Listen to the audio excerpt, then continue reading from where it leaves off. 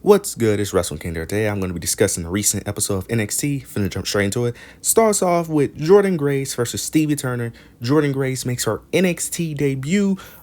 This was a I'm not gonna say actually I am. This was a squash match to be fair, but it was somewhat of an entertaining squash match. They gave him a little bit of time. I think this went probably like 4 minutes, maybe even shorter, but it showed what it needed to show. It showed Jordynne Grace, her athletic ability, her strength, showed exactly what we needed to see.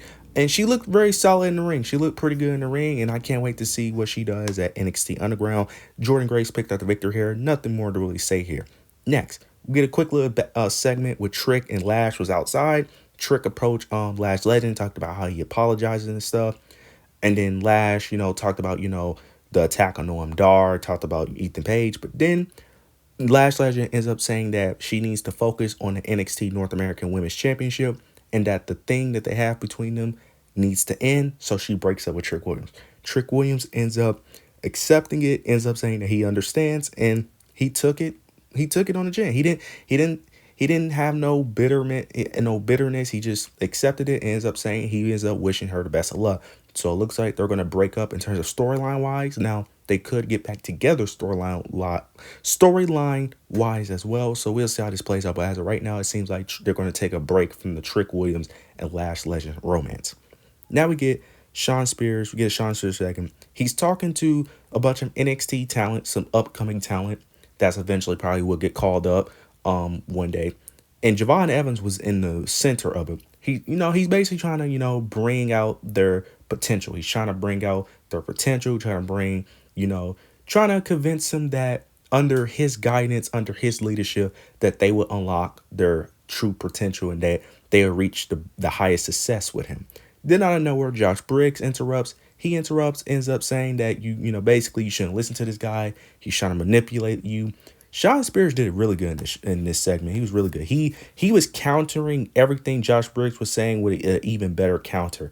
I remember Josh Briggs said something about potential, talking about unlocking my potential. Sean Spears replied, ends up saying there's a difference between having potential and unlocking it. He ends up mentioning how Josh Briggs is insecure. Like he was really good in this segment. I really love what he did. Josh Briggs was about to attack, but Javon Evans ends up stopping him. Sean Spears ends up, I forgot exactly what he said, but he said something, walks away, and then Josh Briggs just look at him. So they're going to continue the story of Josh Briggs and Sean Spears. Now, this could continue into a rivalry, or this could continue into a way of having Josh Briggs join with Sean Spears. We'll see how this goes, though. Next, we get the NXT North American Women's Championship. All the contestants are in the ring. We have Michin, Soruka, Kalani Jordan, and Lash Legend, Fallon Henley, and why am I forgetting the last person? Fallon Henley, Lash Legend, and Jada Parker. I can't believe I almost forgot. This is basically, your typical promo with, multiple contestants where one person talks, then the next person interrupts, then the next person interrupts. Basically, all of them getting their say so. All of them basically making their case to why they would be the next champion. Now, I will say this. This segment was solid, but this was mainly solid because of Jada Parker. Jada Parker was great in this segment. Her being this nasty, super, I don't want to call her a diva. She's very bougie. That's the word for it. She's a bougie type heel. She plays her role perfectly. She was very great. Like a lot of things she was saying was amazing, especially with her responses. I remember when Lash Legend was speaking about her being the next champion. Jada Parker came out and said that I wasn't sure that you would be focused because I thought you was just too focused on Big Trick. Like she was very good in this segment. I really love what they did. But of course, you know how these segments go especially with any type of contract signing, it's going to turn into a brawl, which it ends up doing. Turns into a brawl, which turns into a 6-woman tag match, and the teams end up being Jada Parker, Soruka, if I'm not mistaken. No. It was Jada Parker, Michin, and Fallon. No, not Fallon. Jada Parker, Michin, and if I'm not mistaken, Soruka. They was on all three on the same team. Then it was Lash Legend, Fallon Henley, and Kalani Jordan. Those three was on the other team. So that ended up being the main event match. It wasn't the main event, but it was the main event match. Now next, we get we get a segment with Chase U, Duke Hudson, and Riley Osborne.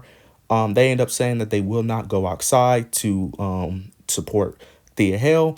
On and this is causing more, more drama, more problems into Chase U, potentially having a breakup of Chase U. I do like the direction they're going, because the direction they was going before, I'm not gonna lie, I wasn't really liking it, to be honest with you. It just feels like they were just kind of just drifting into just a storyline with no real potential like outcome, no real like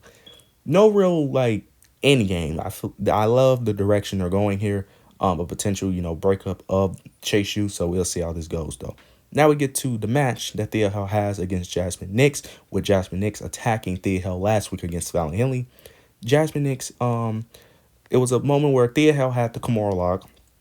Towards the end of the match, she has the Kimura lock, but Jasmine Nix was able to push Thea Hale towards the ropes, towards in the turnbuckle. But the referee was also in that same corner, which prevent Thea Hale to let go of the Kimura lock. But Thea Hale ends up getting distracted by the referee, which ends up hitting Jasmine Nix with her finisher, ends up picking up the victory. Now during the match, they had Duke Hudson and Riley Osborne come out, even though they said it wasn't going to come out and support.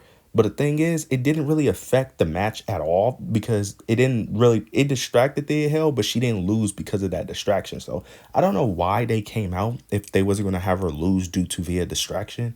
So I'm very confused on why they did that, but we'll probably understand the reason after on next week NXT though. Next, we get a quick little segment that, a little pre-recorded tape. Nathan and Axiom was with fans. They was giving out merchandise, and then out of nowhere, the OC, Carl Anderson and Luke Gallows ends up attacking them while giving out merchandise. They ends up attacking them on the street, and security has to, separate them. This was the final build, of course, because this is the Go Home show to NXT Battleground. This is building up, the feud towards NXT Battleground. I like what they did here, giving, Luke Gallows and Carl Anderson the last upper hand before Nathan and Axiom ends up picking up the victory at NXT Battleground. I like what they did here though. Next, we get a segment. Josh Briggs was about to come out for a match, but then he ends up getting attacked by Shawn Spears. Gets attacked by Shawn Spears. Shawn Spears is talking trash. Then out of nowhere, Javon Evans comes out of nowhere, comes from behind, and ends up attacking Shawn Spears. They end up brawling. They go all the way to the ring. They end up going to the outside. Javon Evans ends up doing a suicide dive onto Shawn Spears. Shawn Spears tries to put Javon Evans to a table, but Javon Evans was able to reverse it. Then we get a crazy sequence. Shawn Spears gets in the ring. He's wobbling. He's wobbling in the ring. Then you get Javon Evans does a cutter, but his cutter was very unique because he's on the ring apron. He's on the outside of the ring. He's on the ring apron. And he ends up doing a cutter where he has to contort his body mid-air to complete the cut. It was insane. Javon Evans is crazy. Like, his bounce is ridiculous. Like, he is amazing. He ends up hitting that insane cutter, tosses him out the ring, and that's a segment there. I like what they're doing here. I like what they're doing here because I really love what they're doing here, pushing Javon Evans, giving him someone, that can, I wouldn't say mentor, but, give him some that has some experience in the ring. I said it has some experience that could somewhat elevate him to a degree. Because right now there isn't really much he can really do right now because he can't be on Trick Williams' side forever, and he needs some solo win. So I like what they're doing here. Next we get Tony D'Angelo versus Damon Kemp. Not going to speak too much on his match. Nothing more. Tony D'Angelo ends up picking up the victory here, but I will say this. Before this match though, it was a segment with Charlie Dempsey. He was talking in the mirror, and for whatever reason, he kept on repeating something. I can't remember what he was repeating, but he kept on repeating something in the mirror, which was very weird. He kept talking to himself. Then Miles Bourne ends up coming towards him, trying to check up on him. He says he's fine. Then Damon Kitt tried to check up on him. And during this segment, they're literally talking to each other in the mirror. Now, Damon Kemp and Miles Bourne ends up acknowledge the fact that it was weird that they're just talking to each other through a mirror. But Charlie Dempsey was keen. He just wanted to keep talking into the mirror. I think they're continuing the storyline of Charlie Dempsey losing his mind, losing who he truly is without the Heritage Cup. Very interested to see how this plays out, though. I don't know what the end goal because it's kind of hard to predict, but I am somewhat interested in this new unhinged, kind of going crazy Charlie Dempsey though. Next, we get a quick little segment. I don't know what I added this. I wasn't going to add this here, but I do think there is more of a long term plan with this. It started off with Jordynne Grace. She's getting, approached by, the women who's going to be in the NXT ladder match for Battleground. She got approached by Michin, got approached by Soroka, then she got approached by Jada Parker. Then we get Ariana Grace. She's being, typical Ariana Grace. Then we get Tatum Paxley comes out of nowhere and starts talking about her obsession with championships. And then she talked about, does Jordynne Grace love her title? And then she starts rubbing on the title and all that. And then Jordynne Grace just had enough and ends up leaving. And then she ends up just staring down Jordynne Grace as she's leaving. Now, I don't know what they're planning on doing with Tatum Paxley. Me personally, I think they need to revisit the story of her going after the NXT championship, in my opinion, especially because she was so obsessed with Lyra Valkyria for that reason. I feel like she should be obsessed with Roxanne Perez as well. But I think they could do a storyline where she ends up going after a championship. I just don't know which one. It doesn't make sense for her to go after Jordynne Grace because Jordynne Grace is not going to be here for that long.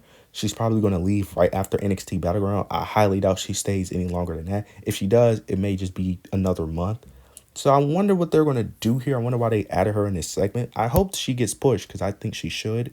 I think they need to have her go after some championship goal since her whole thing is being obsessed with championships. I think she needs to try to win one. But I am very interested to see how this plays out. Next, we get Izzy Dane versus Natalya. Not going to speak too much on this match. Natalya picks up the victory here. She ends up winning the match after, I think, because Izzy Dane ended up winning last week against Carmen Petrovic. Natalya ends up getting their win back. Interested to see how this goes, though. I was very shocked how they end up picking up the victory here because Natalya ends up winning off a roll-up pin as well. So I'm interested to see how this plays out, though. Next, we get Gallus. We get a Gallus promo, which ends up getting interrupted. They end up mentioning, last week how they should have won last week's match. Mentions how they don't have no respect in the WWE. Then Obafembi comes out, says a couple of words. Then Wesley comes out from out of the crowd. He says some words. Then Gallus ends up attacking Obafembi. Wesley comes, try to make for the save, but he ends up getting outnumbered. And both opponents ends up laying flat on the ring mat, while Gallus ends up standing tall, building up the last encounter they're going to have for, before NXT Battleground. This was a okay segment, nothing too major. It went on a little too long for my liking because Gallus, in my opinion, they're not bad on the microphone. They're just not good either. They're just okay. It just kind of dragged on way too long, and they should have just sped this process up, in my opinion. Next, little segment, not going to speak too much on it, with Dante Chen and Lexis King. Lexis King had an interview, but then Dante Chen ends up attacking him from out of nowhere, and they end up brawling. They end up brawling into some other room. I don't know what the room was, but they end up brawling into another room. Security had to break them up, and then Lexis King ends up saying that we need to finish this now. Now, I don't know what now means. That could be next week. That could mean Battleground. I don't think that feud is that good for Battleground. Plus, Battleground already has like 6 matches, if I'm not mistaken, because they're going to add the Trick Williams match, if I'm not mistaken. So, yeah, because they got the tag team match, the women's ladder match, that's going to take on Trick Williams. They also have the North American Championship match. Yeah, and they have the NXT Underground match. Yeah, and there's another match I'm probably forgetting as well, but yeah, there's not really, and they have Roxanne Perez. Yeah, they have 6 matches, so yeah, there's no way they're gonna add this on Battleground. Unless this is a pre-show match, but I don't even think NXT even does pre-show matches if I'm not mistaken. I think they did pre-show matches on Stand and Deliver, but I don't remember them doing pre-show matches, but who knows? But yeah, I don't know. I think Dante Chen is going to pick up the last victory here. You might as well make him go 3-0. He already won twice. It makes no sense for Lexis King to win. Dante Chen is going to win the last match and finally put an end to this feud. Now, we get the 6-woman tag match with Lash Legend, Kalani Jordan, and Fallon Henley versus Jada Parker, Michin, and Soroka. Throughout the match, they're telling the story of all of them not being able to work together, all of them having their differences, all of them not being able to work together as a tag team. And that ended up being true towards the end. Towards the end, we get a sequence where Jada Parker constantly wanted to get tagged in, and her and Michin kept going back and forth. And she constantly wanted to get tagged in. Michin had enough. She ends up pushing Jada Parker over the ring, over the ring apron. She ends up tossing her over the ring apron inside the ring. Then they end up brawling. Jada Parker and Michin are attacking each other. Then out of nowhere, Lash Legend gets the upper hand, ends up holding So Ruka, and then Jada Parker, and not Jada Parker. It was Fallon Henley who took advantage and ends up attacking So Ruka. They end up double teaming. But then Kalani Jordynne comes out of nowhere to prevent Fallon Henley from attacking So Ruka, which kind of didn't make sense. The only thing I come up with is that she didn't want to cheat, even though it's not cheating because the other team is fighting each other. They're fighting their own like partners. So it's like it's not really cheating. So I don't understand why they had Kalani Jordynne do that. But Kalani Jordynne is basically stopping Fallon Henley from taking advantage. Fallon Henley gets tired of Kalani Jordynne and ends up attacking her. Then when Fallon Henley tries to go back on Sol Ruka, she ends up accidentally attacking Lash Legend. So Ruka moved out of the way. Then Kalani Jordynne ends up attacking Fallon Henley. Then Lash Legend ends up attacking Kalani Jordynne, ends up tossing her outside the ring. Then out of nowhere, Sol Ruka ends up recovering, ends up hitting the Soul Snatcher, and picks up the victory here. I like what they did here, and I'm going to be honest here. This basically made up my mind on who's winning the NXT North American Women's Championship. I'm going to give my predictions out on Thursday, but yeah, this definitely changed how I viewed who's going to win that NXT North American Women's Championship. I mean, I'm very interested to see how it plays out at Battleground, but I love what they did here. Now we get to the main event. Ethan Page and Trick Williams. It starts off with Ava Raine and Ethan Page in the center of the ring. They was building up his contract signing the whole way through. Constantly him not signing his contract. They was building it up. Ava didn't want to give him the contract because his demands was too ridiculous. Ethan Page, they're both in the ring. He ends up saying that he still wants his perks. He wants all of his demands, and he says he deserves his demands. And he ends up mentioning that he's going to be the next face of NXT and how NXT needs him. He brought up how NXT lost all their top stars in the draft, and he could fill that void. Then Trick Williams comes out. He basically wants Ava to make sure he signs the contract. And he ends up telling Ethan Page that this is what he built. He's the face of NXT, and you're not going to take that away from him. And then Ethan Page responds and he'll talk about how he respects Trick Williams, how he respects him, especially with his feud with Melo, how he's been able to get out of Melo's shadow, and how he never got that opportunity to do that, and now he does with taking the championship away from Trick.